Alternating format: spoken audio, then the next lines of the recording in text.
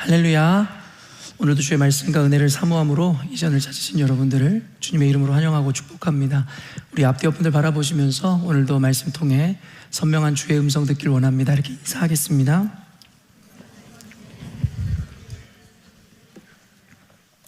오늘은 로마서 본문 말씀 통해서 진정한 자유인이 누리는 삶이라는 제목으로 하나님의 말씀 증거하려고 하는데요. 또 당초에 계획은 시리즈 설교로 준비된 설교는 아니었는데 오늘 일부 예배 때 설교를 해보니 제한된 시간 안에 다 풀어내기는 좀 어려운 오늘의 주제이지 않을까라는 생각이 들었고요.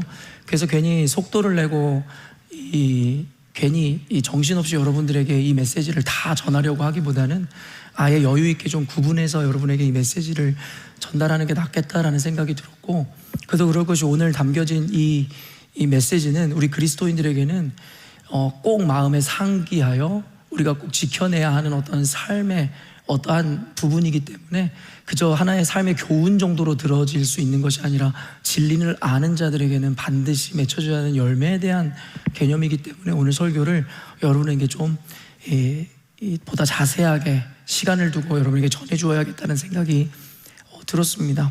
오늘 본문인 로마서는요, 많은 학자들이 입을 모아 성경 중에 성경이라고 할 정도로, 어떤 이들은 성경의 보화라고 할 정도로 그만큼 그 가치를 인정받는 성경책입니다. 물론 모든 성경이 다 보화와 같고 가치로운 것은 당연하겠으나 그만큼 성도인 우리들에게 주는 많은 어떤 신학적인 어떤 복음적인 내용들을 많이 담고 있기 때문에 여러분 이 로마서를 성경 중에 성경이라고 이야기합니다. 그런데 이 로마서는요, 특징 중에 한 가지가 여러분 성도들이 그저 성경을 읽거나 성경 일독을 할 때 읽어서는 도무지 이해하기가 너무나 어려운 책입니다. 그래서 많은 학자들이 가장 많은 강해를 했던 것이 바로 로마서이기도 합니다. 그런 의미에서 성경 중에 성경이고 성경 중에 보화와 같은 책이며 또한 여러분들에게 그렇게 꼭 알려주고자 하는 그와 같은 책인 이 로마서에 담겨져 있는 이 복음의 정수를 오늘 여러분들이 배워가는 시간이 되었으면 좋겠습니다. 오늘 본문의 제목을 진정한 자유인이 누리는 삶이라고 제목 붙였는데요, 말 그대로 이 제목이 우리들에게 시사하는 바와 같이 그게 오늘 이 설교를 통해서 진정한 자유인은 어떤 자들인지에 대하여 그 정체성에 대해서 먼저 여러분들에게 가르치고 밝힐 예정이며, 또한 설교의 결론은 그와 같은 자유인들이 맺어야 하는 삶, 그리고 맺어야 하는 열매라는 것이 어떤 것인지에 대하여 우리가 살펴봄으로 말미암아 역으로 과연 우리는 그리스도 예수로 말미암아 얻은 복음에 의해 자유한 삶을 살고 있는 존재인지에 대하여 스스로 점검하는 시간이 되었으면 좋겠습니다. 요한복음 8장 32절인데요 한번 읽어보겠습니다. 진리를 알지니 진리가 너희를 자유롭게 하리라. 여러분이 너무나도 잘 알고 있는 말씀일진데요, 제가 고등학교 때 이 말씀을 처음 만났을 때에 제 안에 두 가지 모순된 마음이 있었습니다. 한 가지는 무엇이냐면 간절히 사모하고 열망하는 마음과 더불어서 의아하고 이해가 되지 않는 두 가지의 마음이었습니다. 사모하고 갈망한다라는 것은 여기에 계신 모든 분들이 그렇겠지만 누가 자유하기를 원치 않는 사람이 있겠습니까? 근데 진리가 우리를 자유케 한다니 그 자유를 향한 갈망과 목마름, 사모함이 제 안에 있었습니다.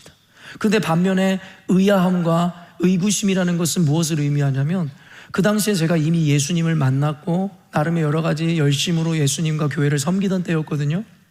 근데 이 말씀을 따라서라면 그 진리, 그리고 진리이신 예수로 말미암아 우리가 자유로워질 것이다 라고 이야기하는데, 그때 당시에 제 신앙의 수준으로 생각해 보니 예수를 믿음으로 말미암아 교회를 다님으로 말미암아 내가 자유해지기는커녕 더 구속받고 더 제한받는 삶이 되는 것을 보며 이 말씀이 모순처럼 여겨지기 시작하는 거예요. 진리이신 예수님이 만약에 우리를 자유롭게 하는 분이라면 난 이미 그 진리를 알고 있는데 내 삶은 자유롭기는커녕 예수를 안다는 이유만으로 더 불편하고 구속되고 제한되는 것 같으니 이 말씀이 모순처럼 여겨졌습니다. 그러나 훌쩍 시간이 지나 제가 이 복음에 대하여 이해하기 시작하고 또 예수님을 인격으로 만나는 순간 여기 성경에서 이야기하는 이 진리가 무엇이며 그로 말미암아 주어지는 이 자유라는 것이 어떤 것인지에 대한 의미를 정확히 깨닫게 되었습니다.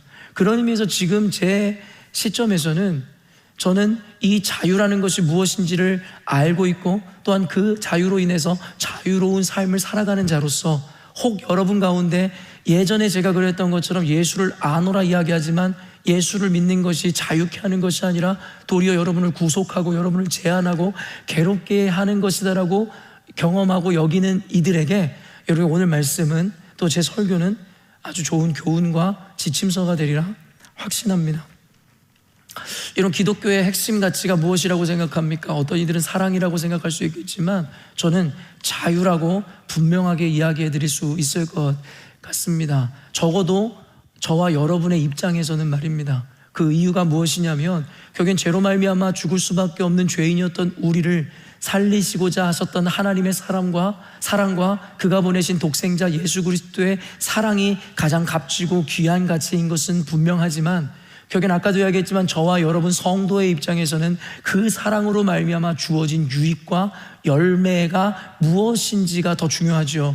그리고 그것이 무엇이냐면 바로 자유라고 이야기할 수 있다라는 것입니다. 그리고 그리스도의 사랑으로 말미암아 자유케 된 우리는 이제는 그 사랑을 본받아 그 사랑을 실천하여 세상을 살아가고 있는 모든 영혼들을 우리와 같이 자유롭게 하는 것, 그것이 우리 교회와 이 땅의 그리스도인들의 사명이 되는 것입니다. 그렇기 때문에 기독교의 핵심 가치는 자유라고 분명하게 이야기해 드릴 수 있을 것 같습니다. 그런데 우리가 보통 이 자유를 논할 때 우리가 보통 이 자유의 근거를 하나님의 주권으로 떠올리는 경향이 있습니다. 물론입니다. 전지전능하신 하나님께서 우리의 삶을 예비하시고 계획하셔서 우리의 삶을 주관하시고 인도하시기에 또한 그 실수가 없으신 하나님께서는 우리 가운데 허락하시고자 하는 반드시 그 결과를 우리의 미래 가운데 허락하실 분이기에 우리는 그로 말미암아 자유와 안심을 누린다라는 것이 여러분 옳은 고백일 것입니다.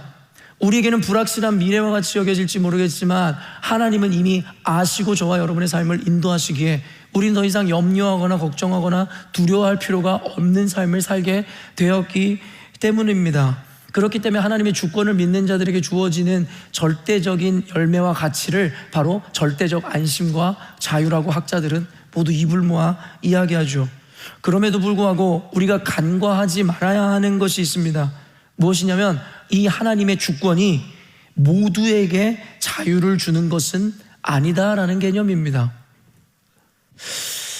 이 말은 하나님의 주권은 오직 하나님의 자녀들에게만 안심을 주고 자유를 주는 것이지 비신자 혹 하나님을 알지 못하는 자들에게는 그 절대적 주권이 안심을 자유를 주는 것은 아니다라는 개념입니다.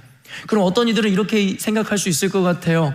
그렇다면 전지전능하신 하나님께서 믿는 자들의 삶만을 주관하시지 믿지 않는 자들의 삶에 대해서는 개입하시지도 손대시지도 하나님 인도하시고 이끌지도 않으시냐는 얘기냐라고 저에게 반문하실 수 있겠지만 그렇지 않습니다. 주권자이신 하나님께서는 믿는 우리뿐만 아니라 믿지 않는 모든 자들의 삶에도 개입하시고 그들의 삶을 주관하시고 결정하시는 통치자시고 주인이십니다. 그렇다면 그 하나님의 주권이 우리에게 안심과 자유를 주는 근본적인 이유라면 모든 이들에게 그 통찰에 있는 이들에게 자유와 안심을 주어야 할 것인데 왜 믿는 자녀들에게만 안심과 자유를 주냐라고 우리는 반문할 수 있다는 것이죠. 여러분 이유는 단순합니다. 하나님의 그 주권은 하나님의 자녀된 우리들의 삶 가운데 장밋빛 미래와 영생을 보장하고 약속한 것이지 믿지 않는 자들과 예수님을 모르는 자들의 미래 가운데 영생을 약속한 것이 아니기 때문인 것이죠.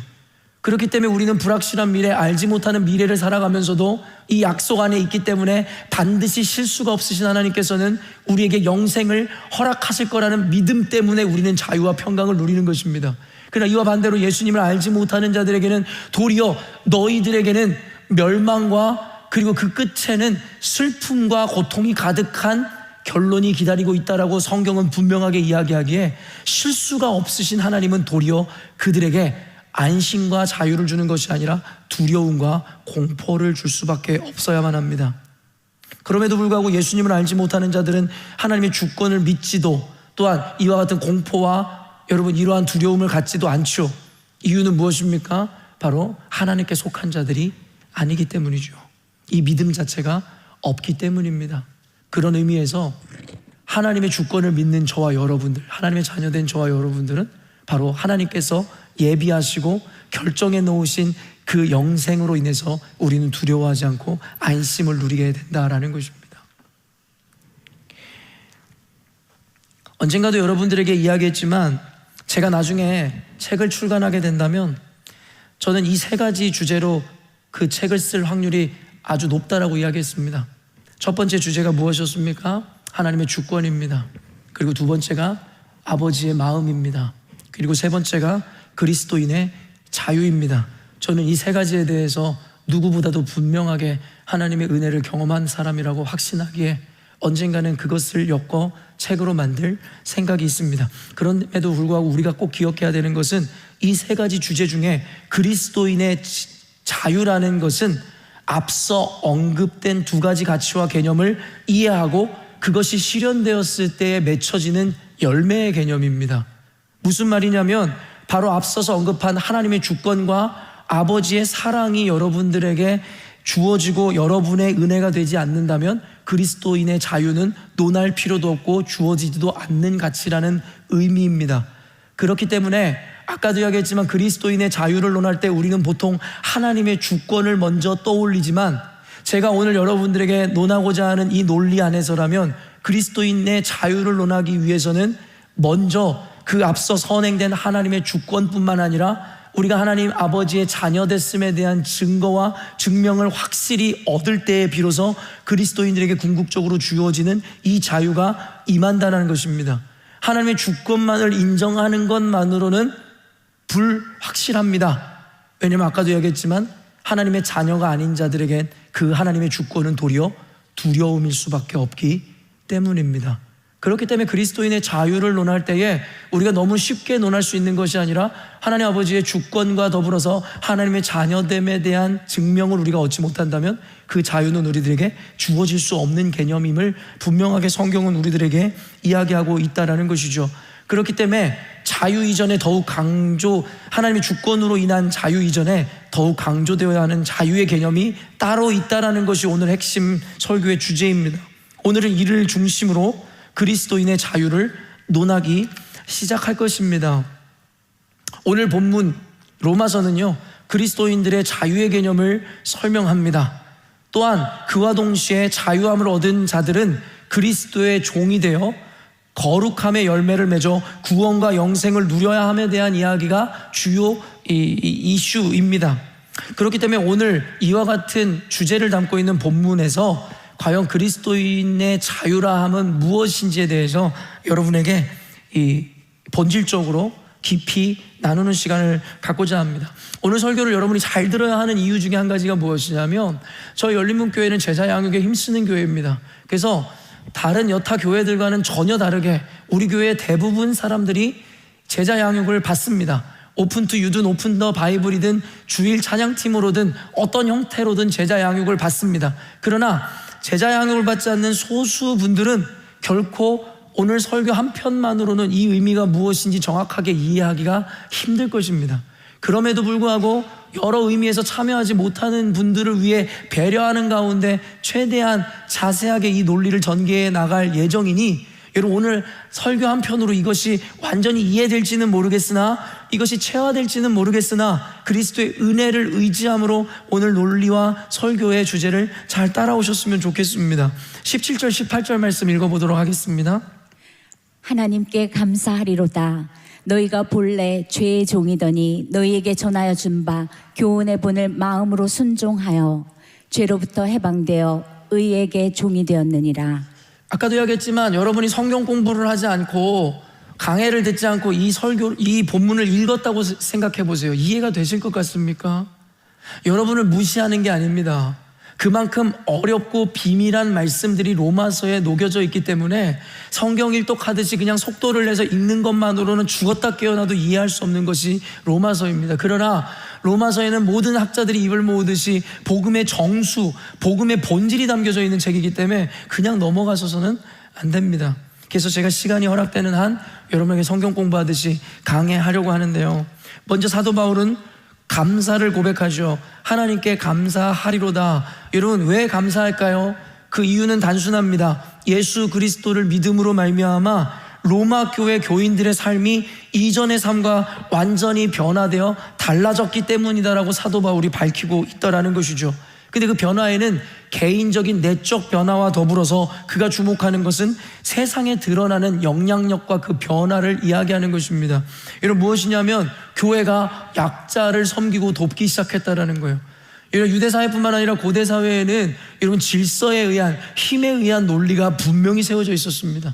그렇기 때문에 그들에게는 노예제도가 여전히도 공존하고 있었던 때였습니다. 가진 자가 없는 자를 부리고 가진 자가 약자의 머리 꼭대기에 서는 것이 당연하고 상식처럼 여겨지는 순간이었습니다. 그러나 종으로 오신 예수님께서는 그들에게 서번트 리더십을 가르치셨고, 권세자가 약자를 주관하고 다스리는 자가 아니라 도리어 약자를 섬기는 자가 되어야 될 것이라고 가르쳤습니다. 그 도를 받아들였던 초대교회는 약자들을 괴롭히는 것이 아니라, 약자들 위에 서고자 하는 것이 아니라 약자를 섬기기 시작했다라는 것이죠. 그리고 지난주에 설교했던 바와 같이 예수님께서는 세상 권세와 하나님의 나라를 분명하게 구별함으로 말미암아 여러분 정부와 권세의 질서에 순응하기 시작하더라는 거예요. 여러분도 아시겠지만 질럿, 헤롯 땅이라 열심당이라든가 그들은 무력을 통해서라도 로마의 정부의 압제에서 벗어나고자 했던 자들이에요.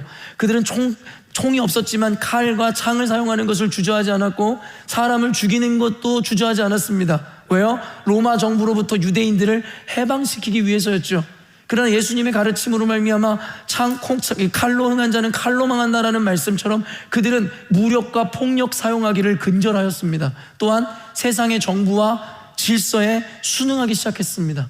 또 하나의 예가 무엇입니까? 그럼에도 불구하고 그들은 불의와 불법을 행하지도 않고 타협하지도 않았습니다. 그들은 살고자 구걸함으로 옳은 것을 옳지 않다 이야기하지 않았으며 그른 것을 그르다 이야기하지 않았습니다. 그들은 불의와 결코 타협하지 않았다라는 것입니다. 그러므로 말미암아 사도 바울은 교회의 변화, 그들의 영향력으로 말미암아 하나님께 감사한다라고 고백하고 있더라는 것이죠. 그런데 사도 바울이 그들의 정체성을 뭐라고 이야기합니까? 너희가 본래 죄의 종이더니 라고 이야기하고 있더라는 것이죠. 여기서 죄의 종이라 함은 어떤 것을 의미하겠습니까? 우리는 보통 죄라는 것에 대해서 1차원적으로 생각할 때 살인, 강간, 도둑질, 강도들, 말 그대로 상식적인 범죄에 대한 개념으로 이해하기가 쉽습니다. 그러나 성경에서 이야기하는 죄, 특별히 로마서에서 이야기하는 죄의 여러분 그 규정이 무엇입니까? 말 그대로 탐욕과 우상숭배, 그리고 더 나아가 하나님이 아닌 다른 것을 섬기고 사랑한 것을 모두 이 죄라고 이야기하고 있으며 도리어 우리가 생각하는 범죄보다 더 큰 죄악이라고 이야기하고 있습니다. 이를 쉽게 여러분에게 풀어 이야기한다면 우리가 삶을 살아갈 때 내 명예와 자식의 성공과 그리고 더 나아가 자기 자아의 성취 등 이와 같은 것들을 위해 살아간다면 그것이 곧 우상숭배요, 그것이 곧 죄악이라고 성경은 우리들에게 분명하게 이야기하고 있다라는 것입니다. 여러분, 쉽게 은유적으로 다시 한번 여러분에게 설명해 드리면 가족을 위해서, 성공을 위해서, 그리고 개인의 만족과 행복을 위해서 우리가 살아가는 행위를 죄의 종이라고 로마서는 규정하고 있더라는 것입니다. 여러분, 이와 같은 말씀에서만으로도 우리는 앞으로 전진할 수가 없습니다. 왠지 아십니까? 우리는 사도 바울은 이전의 모습이라고 하였으나 우리에게는 현재의 모습이기 때문입니다. 우리는 그리스도의 종이 되고 의의 종이 되어야 할 것이다 라고 로마서는 선언하지만 우리는 여전히도 죄에 속한 죄의 종이 되어 내 가족과 내 건강과 내 명예와 성공과 내 만족과 자아의 실현을 위해서 공부하고 돈을 벌고 가정을 세우고 그렇게 우리는 살아가고 있기 때문이다 라는 것이 결론입니다. 그렇기 때문에 사랑하는 성도 여러분, 그리스도인의 자유를 논하기 이전에 여러분이 죄의 종으로부터 먼저 벗어나지를 못한다면 여러분에게는 그리스도인의 자유에 대해서 논하는 것 자체가 무의미하다라고 로마서는 우리들에게 분명하게 이야기하고 있는 것입니다. 여러분, 역설적 표현이지만 그렇다면 의의 종이라 함은 무엇을 의미하는 것이겠습니까? 의의 종이라는 것은 단순히 어떤 행위적인 어떤 모양으로 규정되는 개념이 아닙니다. 이는 그리스도의 종이 되었음을 의미하는 것이고, 그리스도의 종이 되었다라는 것은 무엇을 의미합니까? 주의 도와 법을 따라 살아가며 그 안에서 누리는 자유로 인해서 진정한 자유인이 되었다라는 개념입니다. 이와 같은 관점에서 로마서는 계속해서 전개되는데요, 19절 말씀 읽어봅니다. 너희 육신이 연약함으로 내가 사람의 예대로 말하노니 전에 너희가 너희 지체를 부정과 불법에 내주어 불법에 이른 것 같이 이제는 너희 지체를 의에게 종으로 내주어 거룩함에 이르라. 너희 육신이 연약함으로, 이 표현이 무엇을 의미하겠습니까? 여전히도 육신적인 한계와 본성, 그리고 본질에 대한 온전한 이해가 없는 영적 미성숙했었던 로마 교인들에게 이야기하는 것입니다. 너희의 육신이 연약함으로, 여전히도 너희들의 영적 수준이 아직 성숙하지 못함으로 말미암아 사람의 예대로 말한다라고 이야기합니다. 사람이 이해하고 납득할 수 있는 상식적인 논리 혹은 그와 같은 은유를 통해 너에게 말하겠노라고 이야기하고 있더라는 것입니다. 사랑하는 성도 여러분, 오늘날의 우리 역시도 이와 같이 로마 교인들이 거였던 것처럼 영적인 미성숙함을 가지고 있음을 저는 느낍니다. 이유는 무엇이냐면 어떤 복음의 본질을 가르쳐줘도 우리는 이해하지를 못하기 때문입니다. 그리고 이해하지 못하는 이유가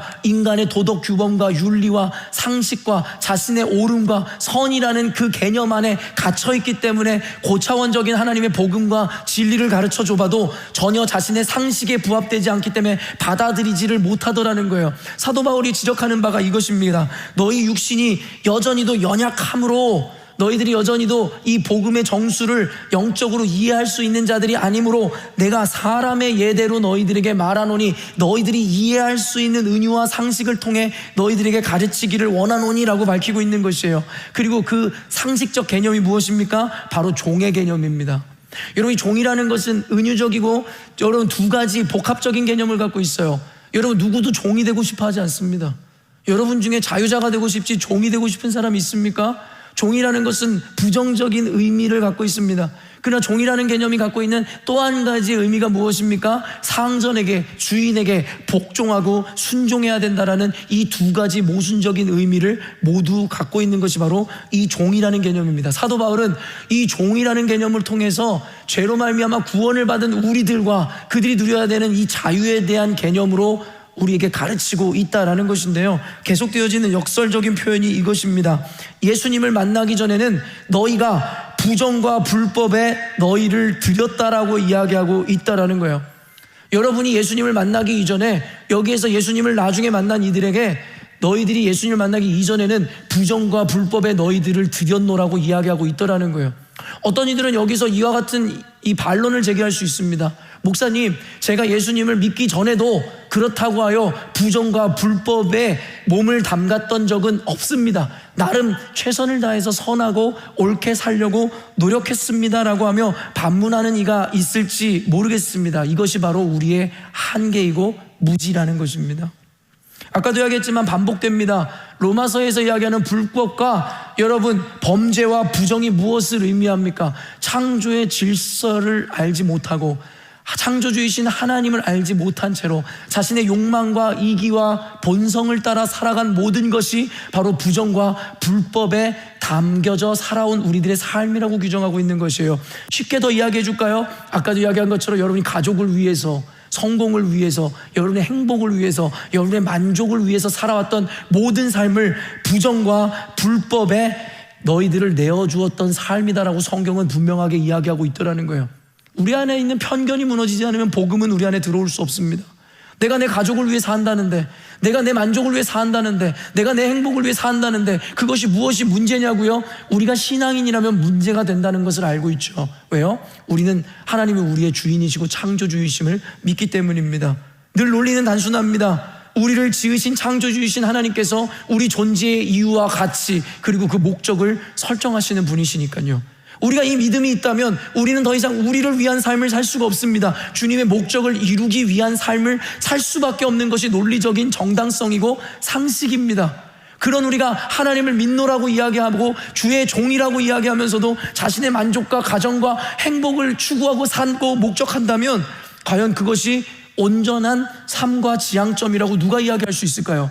차라리 믿음이 없는 자들이 말 그대로 불법에 자신을 들인 자들처럼 예수님을 알지 못하는 자들이 자신의 가족과 만족과 행복과 성공을 추구하고 산다면 괜찮습니다. 그들의 논리 가운데는 합당합니다. 왜냐하면 그들은 하나님을 모르기 때문입니다. 그들에겐 주인이 없기 때문입니다. 그들은 그리스도의 종이 아니기 때문입니다. 그런데 적어도 여기 앉아 계신 여러분들이 그리스도의 종이고 그리스도인이고 하나님의 자녀라고 이야기한다면 그 논리는 성립될 수가 없습니다.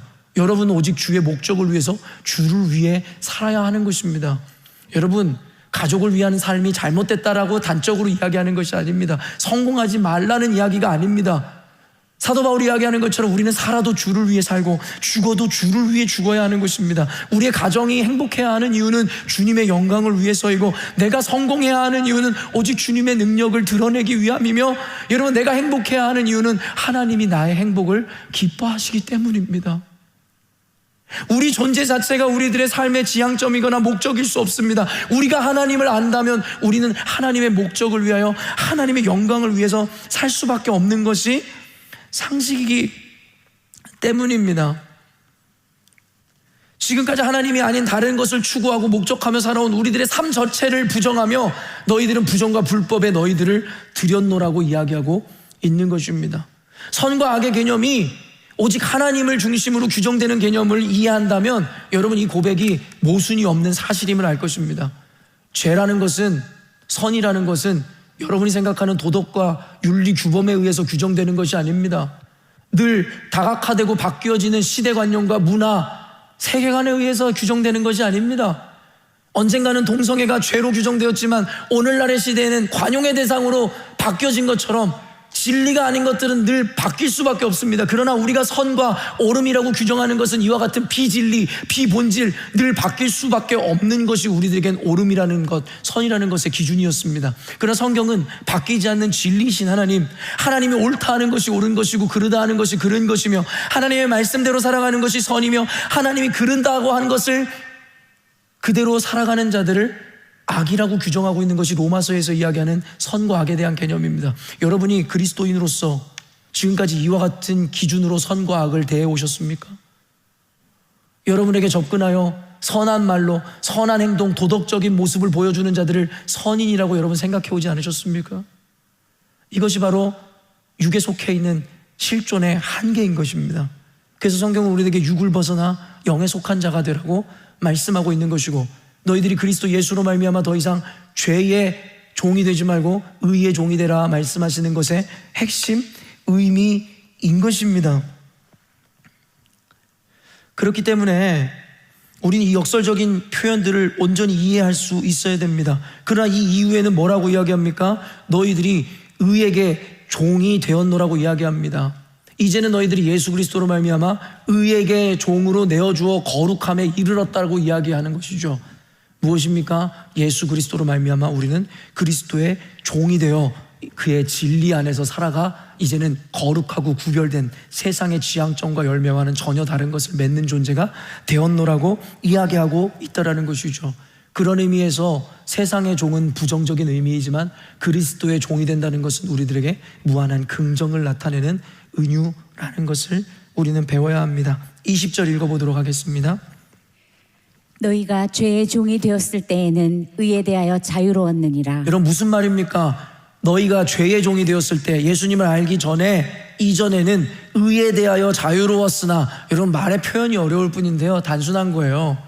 뭐라고 이야기하는 것입니까? 의에 대해 자유롭다는 것은 그리스도의 법과 뜻과는 전혀 다른 삶을 지향하고 추구하고 살아왔다라는 것입니다. 의에 대해서, 그리스도에 대해서는 자유로웠다라는 거예요. 아무 상관없었다라는 것이죠. 구속함이 없이, 복음과 진리의 구속함 없이 여러분 멋대로 자유롭게 살아왔다라는 그 자유를 이야기하고 있는 것이고, 성경은 그 자유는 진정한 자유가 아니다라고 이야기하고 있는 것이죠.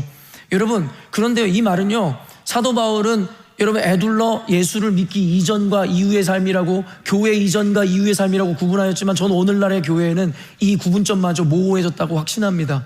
왜냐하면 그리스도를 믿어 교회라고 자청하고 자부하는 우리들일진데, 여전히도 우리는 죄의 종이 되었고 우리의 지향점을 향해 살아가고 결국에는 하나님의 말씀과 법도는 우리 삶 가운데 더 이상 없는 삶을 살고 있다면, 우리는 무늬만 그리스도인이고 이름만 그리스도인이고 교회일 뿐, 우리는 죄의 종이며 여러분, 의에 대하여 자유로운 자, 말 그대로 하나님의 말씀 따위는 내 인생에 아무런 영향력이 없는 그런 삶을 살고 있는 자들입니다. 그런 의미에서 나는 예수를 믿었으니까 됐다가 아닙니다. 로마서의 말씀은 예수를 믿지 않는 자들에게나 필요한 말씀 아닙니까가 아닙니다. 예수를 믿는다라고 이야기하지만 반쪽짜리도 아닌 죄의 종이 되어 살아가며 하나님의 말씀이나 교회의 질서나 진리에는 전혀 아무런 영향을 받지 않고 살아가는 오늘날의 대다수의 교회에게 하시는 말씀입니다. 그러므로 우리들에게 말씀하시고 우리에게 경고하시는 거예요. 돌아오라는 거예요. 그리스도의 은혜로 말미암아 너희들이 죄의 종에서 벗어나 의의 종이 될 수 있는 특권과 은혜를 누렸음에도 불구하고 너희들이 그것을 거절하여 옛사람으로 돌아가는 것, 여러분, 그것은 어리석음과 미련함의 문제가 아니라고 성경은 이야기합니다. 그것은 더욱 큰 죄악이라고 이야기해요. 그리고 그 근거를 뭐라고 얘기하는 줄 아십니까? 너희들은 예수를 십자가에 2번 못 박은 자라고 이야기하는 것이죠. 21절 읽어보도록 하겠습니다. 너희가 그때에 무슨 열매를 얻었느냐? 이제는 너희가 그 일을 부끄러워하나니 이는 그 마지막이 사망임이라. 너희가 그때에 죄의 종이었을 때 어떤 열매를 맺었었느냐라고 묻고 있는 거예요.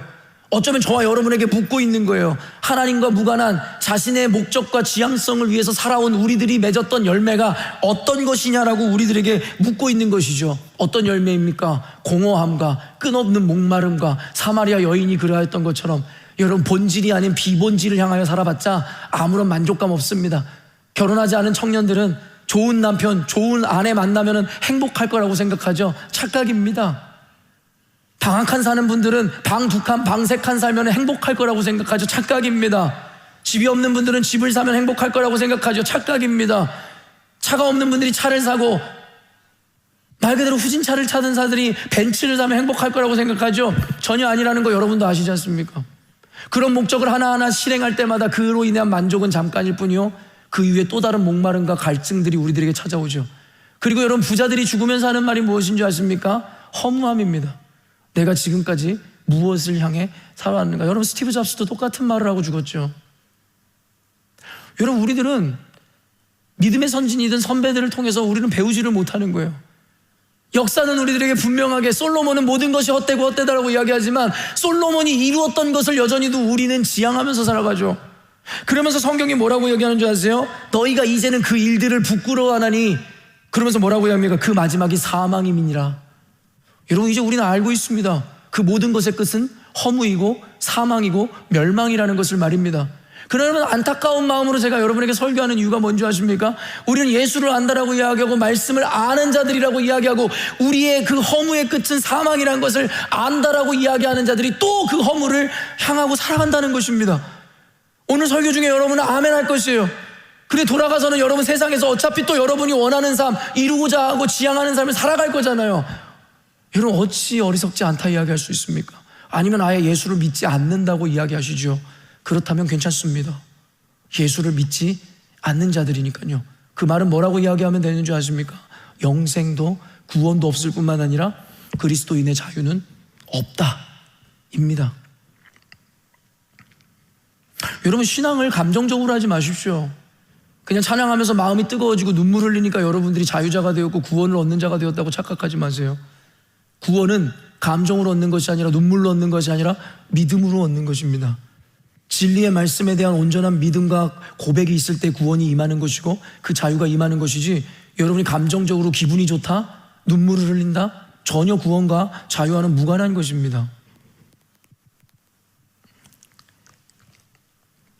22절 읽겠습니다.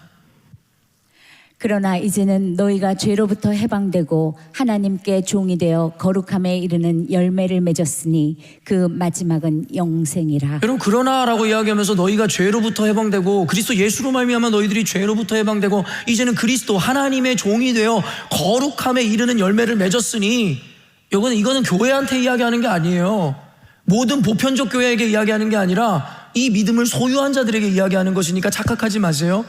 여기 앉아 계신 여러분 중에 이 믿음을 소유한 분도 있겠지만 이 믿음과는 전혀 관계없는 분도 분명히 앉아 계실 테니까요. 그러니까 여러분에게 주어지는 특권이고 은혜라고 생각은 하지 마십시오. 다만 여러분이 이 믿음을 소유하고 있지 않다면 이 믿음을 소유하기를 갈망하시고 소망하시는 얘기입니다. 여러분, 우리에게 이 열매가 맺어진 이유가 무엇입니까? 그 마지막은 영생이기 때문이라는 거예요. 여러분, 이게 바로 자유입니다. 우리 그리스도인들이 세상에 인정을 받지 못하고 세상으로 조롱을 받을지라도 우리가 평안하고 자유하고 그들의 시선 따위가 아무 관계없는 이유가 뭔지 아세요? 어차피 우리의 인생의 마지막에는 영생과 반드시 이루어지는 하나님의 나라가 있기 때문입니다. 사랑하는 성도 여러분, 여러분이 지혜자들이라면 생각해 보십시오. 여러분의 인생과 목적을 지향하는 삶, 그로 말미암아 그리스도의 의에 대해서 자유로운 삶, 하나님의 뜻과는 무관한 삶을 사십시오. 그러면 여러분은 성공할 수도 있고 부자가 될 수도 있을지도 모르겠습니다. 그러나 그 삶은 길어야 80에서 100년일 겁니다. 성경이 우리들에게 정한 수죠. 그러나 여러분, 세상에 나가 예수를 따르다가 여러분은 여러분이 원하는 성취를 못 이룰 수도 있습니다. 도리어 예수를 전하다가 복음을 전하다가 여러분은 세상으로부터 멸시와 조롱과 비난과 핍박을 받을 수도 있습니다. 그런데 그 핍박과 고난은 80년, 100년이요. 여러분이 하나님과 누리게 될 영생과 영원한 나라는 영원이라는 개념으로 생각할 때에 이런 어떤 것을 선택하는 것이 지혜입니까? 다시 한번 이야기하지만 여러분이 믿음이 없다면 어차피 이 논리는 여러분에게 적용되는 것은 아닙니다. 여러분 어차피 욜로처럼 어차피 한 번 있는 인생, 이 인생 즐기다 가면 그만이다라는 개념으로 생각하실 테니까 말입니다. 그러려면 80년, 100년을 붙드십시오. 그리고 여러분이 지향하는 대로 사십시오. 그렇게 살다가 멸망을 향해 가십시오. 그러나 성경은, 복음은 우리들에게 그렇게 이야기하고 있지 않습니다. 너희들이 진리를 알아 그리스도와 의의 종이 됨으로 말미암아 영생의 자녀가 되라고, 자유자가 되라고 우리들에게 이야기하고 있다는 것이죠.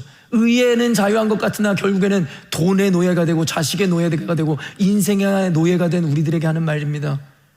의의 종이 되고 그리스도의 종이 되어 도리어 역설적으로 진정한 자유를 얻으라는 거예요. 어떤 자유? 자식으로부터 자유하고 자신의 성공과 부와 명예와 돈으로부터 자유한 인생, 건강으로부터 자유한 인생. 무엇이 진정한 자유입니까? 많은 사람들은 죽음을 두려워합니다. 그래서 질병을 두려워하는 거죠. 그리스도인들은 죽음을 두려워하지 않습니다. 질병 따위는 두렵지 않습니다. 그게 자유입니다. 병을 얻지 않아서 자유가 아니라, 돈을 많이 주어서 자유가 아니라, 돈이 없어도 우리의 행복과는 무관하기 때문에 자유합니다.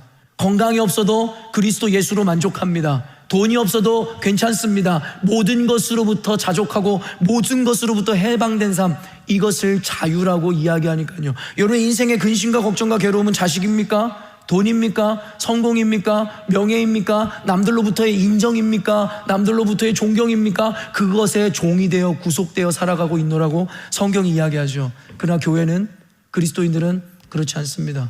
모든 것으로부터 자유하나 모든 것을 얻는 자들이라고 성경은 이야기하고 있다라는 거죠. 서머리하자면 세상의 종이었던 우리가 복음으로 인해 그로부터 자유함을 얻어 이제는 스스로 그리스도의 종이 되었습니다. 여기서 중요한 것은 스스로입니다.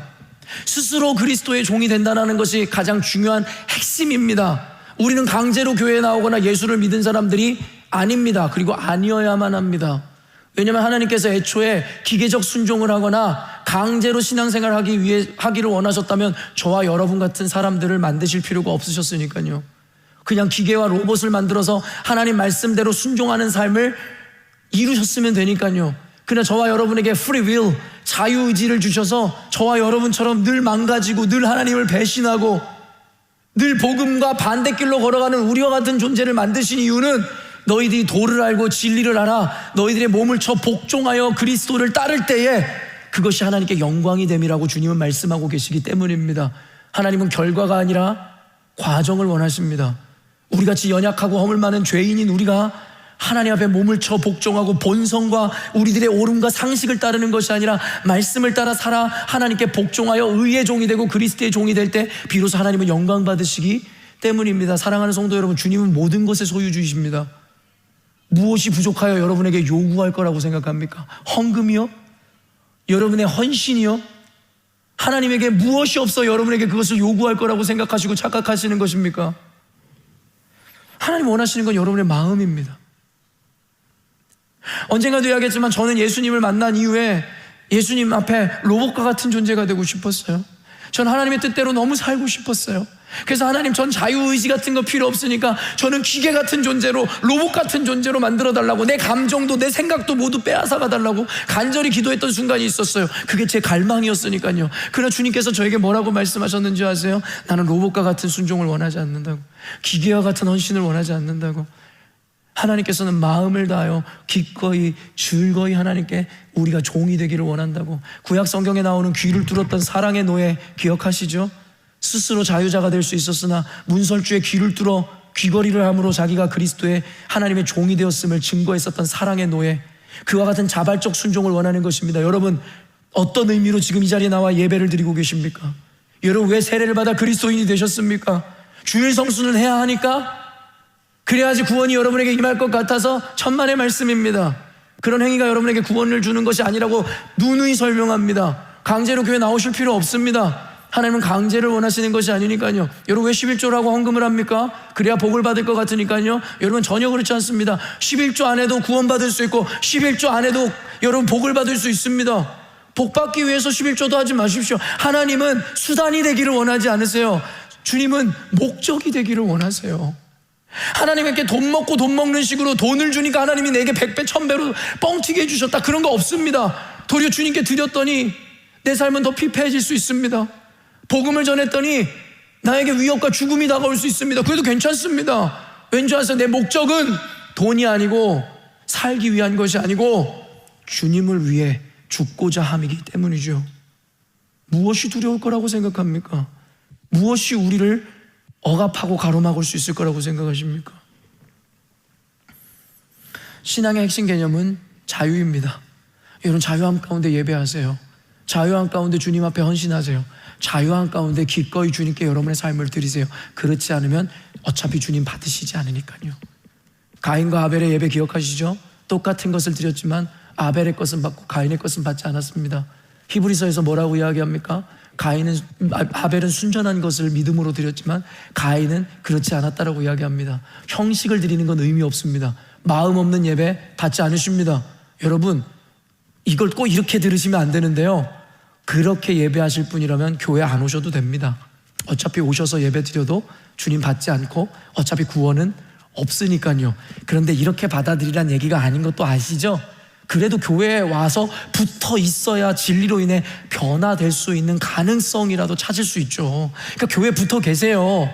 그런데 제 말은 집 나가라고 한다고 진짜 집 나가라는 얘기가 아니라 제발 마음 고쳐 먹으란 이야기라는 걸 은유적으로, 비유적으로 받아들이시는 지혜로운 여러분이 되셨으면 좋겠습니다. 시간이 있으니까 조금만 더 전개하면서 다음 주로 넘어가도록 할게요. 예수님께서 십자가에 죽으심으로 이루신 구원은 우리에게 주어진 최고의 은혜이며 선물입니다. 여러분, 믿으시잖아요.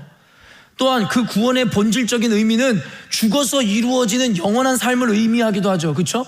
예수님의 죽으심으로 말미암아 우리가 죽어서 천국에 가니까요, 그것을 우리는 구원이라고 생각하잖아요. 그런데 이 구원은 1차원적으로는 이렇게 이해될지 모르겠지만 더 본질적인 의미가 있어요. 뭐냐면 현재를 살아가고 있는 우리들도 모든 것으로부터 구원을 얻어야 됩니다. 그게 바로 자유입니다. 죽어서만 이루는 게 구원이 아니라 현재를 살아가면서도 우리는 구원을 이루어야 합니다. 그것이 바로 자유입니다. 어떤 것으로부터도 우리는 구속받아서는 안 된다는 것입니다. 그래서 기독교 핵심 가치와 은혜는 이 자유라고 모두가 입을 모아 이야기하는 것이죠. 죄로 말미암아 죽을 수밖에 없는 우리가 하나님께서 마련하신 율법의 이행과 준수로도 살 수 있는 기회를 얻었지만 우리는 실패했습니다. 로마서에서 이야기하는 게 이거거든요. 죄로 말미암아 죽을 수밖에 없는 우리를 살리기 위해서 주님께서 그 구원의 방편으로 주셨던 게 뭐라고요? 율법입니다. 근데 로마서에서 이야기하는 바와 같이 율법으로 말미암아 우리가 구원을 얻을 수 있었습니까? 없었습니다. 왜요? 율법이 불완전해서가 아니라 그 율법의 요구에 모두 순종한 사람이 단 한 명도 없었기 때문이라고 성경은 이야기하죠. 그래서 율법에 의한 구원은 실패한 겁니다. 율법이 불완전해서가 아니라 하나님이 주신 것이 불완전해서가 아니라 그 율법을 대하는 인간이 불완전해서기 때문입니다. 그게 로마서에서 이야기하는 겁니다. 그렇게 구약 성경이 끝이 나는 겁니다. 율법을 주셨고 순종하면 살리라 말씀하셨지만 끊임없이 그것에 대해서 반항하고 떠나가고 심판하면 회개해서 주님께 돌아오고 회복하지만 또다시 불순종하는 구약에 나오는 이스라엘의 모습을 통해 우리들의 모습을 보여주다 구약 성경이 끝이 나죠. 그러면서 신약 성경에 등장하는 것이 무엇입니까? 율법으로 말미암아 실패한 그 구원을 이루기 위해서 하나님께서는 독생자 예수 그리스도로 말미암아 구원을 이루시기로 작정하신 것이죠. 여러분, 그래서 예수님의 오심은 율법을 폐하려 하심이 아니라 율법을 완성하러 오셨다고 이야기합니다. 그 율법의 요구를 완전히 이루시기 위해서 예수 그리스도께서 오셨다라는 거예요. 그래서 이제는 더 이상 행위가 아닙니다. 율법의 준수가 아닙니다. 우리의 구원은 오직 예수 그리스도를 믿음으로 말미암음이라고 신학적 논리가 성립되는 계기가 오직 예수 그리스도로 말미암아 이루어지게 되었다라는 것입니다. 여러분, 이게 자유입니다. 그래서 성경에서 뭐라고 이야기합니까? 그러므로 그리스도 예수 안에 있는 자에게는 결코 정죄함이 없다라는 거예요. 우리는 그 어떤 정죄에서도 벗어나고 자유할 수 있다라는 거예요. 그러나 여러분, 놀라운 것이 무엇인지 아십니까? 너무나도 놀랍게도 사람들은 그리스도 예수로 말미암은 이 은혜를 받아들일 생각이 없더라는 것이죠. 그로 말미암아 스스로 정죄하고 정죄당하고 남을 정죄하기에 일이지요. 그리고 그 중심에는 뭐가 있는 줄 아세요? 바로 율법이 있는 거예요. 율법으로부터 자유케 하시기 위해서 예수 그리스도께서 오셨는데 우리는 그 자유를 누리지 못한 채 또다시 율법으로 돌아가서 그 율법적으로 자기를 묶고 그리고 그 율법으로 남을 정죄하기에 이르고, 그래서 오늘날의 교회같이 진리와 복음이 없는 교회, 서로에 대한 비판과 비난과 손가락질만 난무하는 교회가 되어버렸죠. 주님께서 원하셨던 교회가 아닙니다. 이제는 율법 준수나 어떤 행위, 우리가 말하는 그 선한 율법적이거나 이 도덕적 행위에 의해서 구원을 받는 것이 아닙니다. 그러나 안타깝게도 아까도 이야기했지만 인간의 한계와 더불어 어리석음이라는 것이 이것인데, 실상은 예수 그리스도로 말미암아 자유가 주어졌으나 스스로 율법이나 행위에 묶여 종노릇 하려고 하더라는 것이죠. 그것도 아주 좋은 모양으로 포장해서 말입니다. 그러나 이러나 저러나 노예일 뿐 자유자가 아닙니다. 갈라디아서 5장 1절에서 4절 말씀입니다. 그리스도께서 우리를 자유롭게 하려고 자유를 주셨으니 그러므로 굳건하게 서서 다시는 종의 멍에를 매지 말라. 보라, 나 바울은 너희에게 말하노니 너희가 만일 할례를 받으면 그리스도께서 너희에게 아무 유익이 없으리라. 내가 할례를 받는 각 사람에게 다시 증언하노니 그는 율법 전체를 행할 의무를 가진 자라.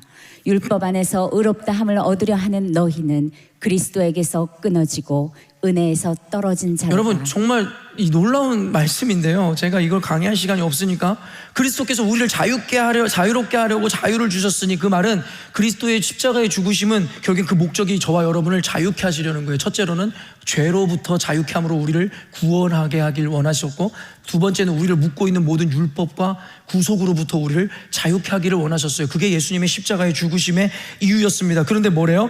너희들은 이 은혜 안에서 굳건히 있어서 다시는 종의 멍에를 매지 말라는 거예요. 아까 로마서에서 이야기한 것처럼 종의 멍에는 뭐예요? 다시 자신들이 원하는 삶으로 돌아가고자 하는 마음. 근데 문제는 뭐예요? 그리스도로 말미암아 우린 자유자가 되었으나 또다시 인간은 종의 멍에를 지기 위해서 되돌아가더라는 거예요. 그래서 실제로 유대인들에게 나타났던 현상이 뭐예요? 할례를 요구하더라는 거예요. 할례가 무엇이에요? 서컴시즌. 오늘날로 이야기하면 남성들이 하는 폭용수술이랑 같은 거예요. 여러분, 그때 당시에 아브라함에게 명하셨듯이 생후 8일 만에 모두가 할례를 받아서 하나님의 이 백성이라는 것에 대한 증거를 얻으라고 했어요. 유대인들에게 여러분 그들의 신앙을 지켜오는 것은 율법과 성전 중심의 사상이라고 여러분에게 가르쳤죠. 할례는 이 율법 안에 들어있는 거예요. 그들은 할례를 해야지만 구원을 받는다라고 생각하고 있었단 말이에요. 언제요? 그리스도 예수로 말미암아 이 자유가 주어졌음에도 불구하고. 그래서 그들은 너희들이 이제 할례 받지 않아도 돼라고 얘기했는데 뭐래요? 끝까지 할례를 받고, 그리고 심지어는 이방인 개종자들에게도 할례를 요구하기에 이르렀죠. 사도행전 15장에 그래서 예루살렘 공의회에서 더 이상 너희들은 육신의 할례를 받지 말고 마음의 할례를 받으라는 결론에 다다르게 된다는 거 여러분 아시죠? 여러분, 이 얘기를 여러분에게 하는 이유가 뭔지 아시죠? 하나님은 모든 율법과 행위와 구속으로부터 우리를 자유케 했는데 우리는 또다시 우리 스스로가 율법을 만들고 행위를 만들어 거기에 가두어 자유를 잃어버리고 스스로를 정죄하고, 또 그렇지 않은 사람을 보면서 너는 저것도 안 해 라고 하며 정죄하기 시작하죠. 이거는 구속입니다. 자유가 아닙니다. 언젠가도 여러분에게 소개해드렸던 건데 엘리펀트 신드롬이라고 알죠? 엘리펀트 신드롬이요. 코끼리 증후군이라고 하는 거예요. 여러분, 코끼리 조련사는요 어려서부터 코끼리를 조련하는데요, 어린 코끼리의 발목에다가 밧줄 하나를 묶습니다. 그리고 말뚝을 박아요. 그러면 코끼리가 여러분 자유롭게 돌아다니고 싶어서 가다가 여러분 어때요? 그 줄의 반경만큼만 머무르게 되죠. 그 어린 코끼리가 그 줄을 끊을 수가 없으니까요. 근데 놀라운 것은요, 그 코끼리가 성체가 되는 거예요. 성체가 되면 크게는 3톤? 여러분 엄청나게 큰 성체가 되잖아요. 여러분 그래서 포유류들 가운데 육상 동물들 가운데 육지 동물들 중에 가장 힘이 센 게 코끼리잖아요. 그 놀라운 것은요, 코끼리는요 그렇게 조련받다 보니까 이제는 힘이 세져서 그 밧줄이나 말뚝 정도는 쉽게 끊어낼 수 있는데도 놀랍게도 그 밧줄에 묶여서 그 반경 안에서만 활동하기라는 거죠. 여기서 착안해서 이야기한 것이 바로 엘레펀트 신드롬입니다. 코끼리 증후군이라는, 이건 사회적 용어거든요. 오늘날의 현대인들을 빗대어서 하는 이야기입니다. 근데 신앙적으로도 이 개념을 가지고 오면 그대로 적용됩니다. 그리스도 예수로 말미암아 이제는 죄의 종이 아니라 세상의 노예가 아니라 그리스도의 종이 되어 하나님의 구원과 자유를 이제는 충분히 누릴 수 있는 존재가 되었음에도 불구하고 우리는 예전에 우리를 묶고 있었던 세상적인 관념과 이런 죄로 말미암아서 우리는 자유자의 삶을 선택하지 않더라는 것이죠. 그게 바로 엘레펀트 신드롬입니다. 오늘날의 교회는 대부분 다 엘레펀트 신드롬에 빠져 있어요. 그게 바로 예배를 율법으로 만드는 자들, 수요 예배, 새벽 예배요. 여러분 우리 교회도 하고 있습니다. 좋은 문화죠. 그러나 대한민국 교회에만 있는 문화입니다. 그건 진리가 아닙니다. 그냥 좋은 전통입니다. 근데 오늘날의 많은 목회자들마저도 이 무지로 말미암아 그러지 않는 교회들을 비난하고 성도들을 구원받지 못할 자라고 심지어 정죄하는 것까지 보았습니다. 진리와 문화를 전혀 이해하지 못하는, 어떤 이들은 아침에 일어나면 얼마의 기도를 하고 큐티를 하고 하루에 성경은 몇 장 읽어야지 옳은 신앙인이라고요? 그런 거 따윈 없습니다. 스스로가 율법을 만들어서 스스로를 묶어놓고, 여러분 큐티를 하지 말라는 얘기입니까? 기도하지 말라는 얘기입니까? 성경 읽지 말라는 얘기입니까? 아니요. 우리가 성경을 읽고 묵상을 하고 기도를 하는 이유는 구원받지 못해서일까봐가 아닙니다. 우리가 하나님을 사랑하기 때문입니다. 하나님을 알고 싶어서 기도하고 하나님을 사랑하기 때문에 말씀 보고 하나님을 더 묵상하고자 묵상을 하는 것이지, 묵상을 해야 하니까, 기도를 해야 하니까, 교회를 가야 하니까, 성경을 읽어야 하니까 따위 개념은 없습니다. 그것이 우리를 구원하는 게 아니라 예수 그리스도를 믿음으로 말미암아 구원을 얻는 것인데, 왜 아직도 자유자인 여러분들이 스스로를 행위에 묶고 윤리에 묶고 상식에 묶고 문화에 묶고 여러분의 행위에 묶고 옳고 그름을 나누는 그와 같은 어리석은 자들로 전락해버렸냐라는 것이 제가 여러분에게 호소하는 바입니다. 갈라디아서에서는 이런 이들의 어리석음을 지적함과 동시에 그것을 죄악이라고 가르칩니다. 오늘날의 교회에 만연되어 있는 게 뭐예요? 그런 사람들 불쌍하지 않냐고, 무지해서 가르쳐주면 될 거 아니냐고, 무지해서 그런다고. 천만의 말씀이요, 몰라서가 아닙니다. 알고 있음에도 불구하고 그것을 따르고 싶지 않아서 스스로가 등진 자들입니다. 그래서 성경에서 갈라디아서에서 뭐라고 이야기합니까? 그리스도에게서 끊어지고 은혜에서 멀어진 자라고 이런 자들을 이야기하는 겁니다. 여러분, 이거에 대해서 여러분 반론을 제기할 수 있습니까? 하나님의 말씀에 대해서 여러분 아니라고 이야기할 수 있습니까? 여러분은 아니라고 이야기할 수 있습니까? 시대관념과 혹은 교회 문화와 전통에 묶여 그것을 준수하고 지키는 것은 좋은 신앙생활이라고 강하게 믿는 이들의 모습이 이와 같다라는 거예요. 자신들은 그런 자신들의 삶을 선하고 신앙적인 삶이라고 생각할지 모르겠으나 실상은 그리스도의 은혜를 폄훼하는 행위이고 그리스도를 십자가에 다시 못 박는 행위임을 알지 못한다는 거죠. 그것으로 자신의 신앙을 스스로 자위하고 그것으로 만족하고 자기가 좋은 신앙인, 구원받은 신앙인이라고 착각하는 자들. 로마서는 그런 자들에게 그들을 가르치고자 쓰여진 책입니다. 이 다음 이야기는 다음 주로 이어갈게요. 굉장히 중요하거든요. 이 여러분에게 다음 주 주제에 대해서 살짝만 언급하고 설교 마무리하겠습니다. 그러나 여러분, 이런 이들의 속을 더 깊이 들여다보면요, 우리의 판단이 또 달라집니다. 그런 이들은 무지로 인해 여러분 그리스도의 십자가를 등지고 죄의 종이 되는 게 아닙니다. 사실 그런 이들은 그런 율법적인 행위나 삶을 택하여 신념으로 삼음으로 말미암아 쉽게 신앙생활을 하고자 하는 본능 때문이에요. 여러분, 율법적인 삶이 더 어려울 거라고 생각하죠? 그것만큼 쉬운 게 없어요. 그들은 율법적인 삶을 산 이후에 그 다음은 생각하려고 하지 않고 고민하려고 하지 않아요. 난 주일 성수했으니까 됐지, 11조 냈으니까 됐지, 나 성경 읽었으니까 됐지, 그 외에 대해서는 됐지 신경 쓰지 않으려고 하죠. 여러분, 그리스도께서 우리를 자유케 하셨다라는 것을 마음대로 살아도 된다라고 이야기하시면 안 됩니다. 끊임없이 우리는 주님 앞에 기계적 순종이 아니라 주의 마음을 알기 위해서 주님과 교감해야 됩니다. 주의 뜻을 알고자 발버둥칩니다. 그게 때로는 우리의 마음을 더 불편하게 합니다. 그럼에도 불구하고 하나님을 사랑하기 때문에 우리는 불편하지만 늘 주님과 교감하는 삶을 살기를 결정하는 자입니다. 여러분, 그게 신앙생활입니다. 율법에 묶어서 자기가 이거 했으니까 됐다가 아니라 우리는 끊임없이 주의 뜻을 알기 위해서. 여러분, 저는 돌이켜보면요, 그렇게 벗어나고 싶었던 군대 시절이 그리울 때가 있습니다. 제가 아까도 준혁이가 35 됐나요? 30살 정도 된 청년에게 물어봤더니 자기는 군대 돌아가고 싶지 않다고 이야기하더라고요. 제가 그랬습니다. 너가 아직 결혼을 하지 않아서 그런다고, 가정이 있지 않아서 그런다고, 세상에 책임을 지지 않아서 그런다고, 나도 그랬다고. 제가 시드니 왔을 때만 해도요, 제 인생 가운데 가장 돌아가기 싫은 끔찍한 지옥 같은 순간이 바로 군대였습니다. 근데 시드니에 와서 그게 바뀌었어요. 뭘로 바뀌었다고 얘기했죠? 제가 몰링 컬리지 다니면서 대학원 시절이 제게 가장 끔찍한 순간입니다. 그리고 군대는 2번째가 됐어요. 근데 웬걸요, 제가 열린문교회 담임 목사가 되면서요, 여러분, 완전 생각이 바뀌었어요. 뭔지 아세요? 군대가 너무 가고 싶은 거예요. 군대가 너무 그리운 거예요. 그때 제가 군대가 싫었던 건 단순해요. 거기에 묶여서 사는 게 싫은 거예요. 자유로운 영혼인 내가 통제 가운데 사는 게 너무 싫었어요. 근데 이제 돌이켜보니 그게 너무 그리워요. 그냥 그때는 깨우면 일어나고, 밥 먹으러 가자 그러면 밥 먹여주고, 여러분, 패션 걱정할 필요 없어요. 다 똑같아요. 서로 비교의식도 없습니다. 그리고 일하라고 하고 일하면 그래도 6시 이후에는 자유시간이에요. 그리고 잘하면 자고, 또 일어나면 일어나고. 너무 그리워요. 근데 이제 담임 목사가 되고 한 가정의 가장이 되니까 스스로가 선택한 거에 스스로 책임져야 되는 자리에 오니까 너무 무거워요. 삶이 너무 힘들어요.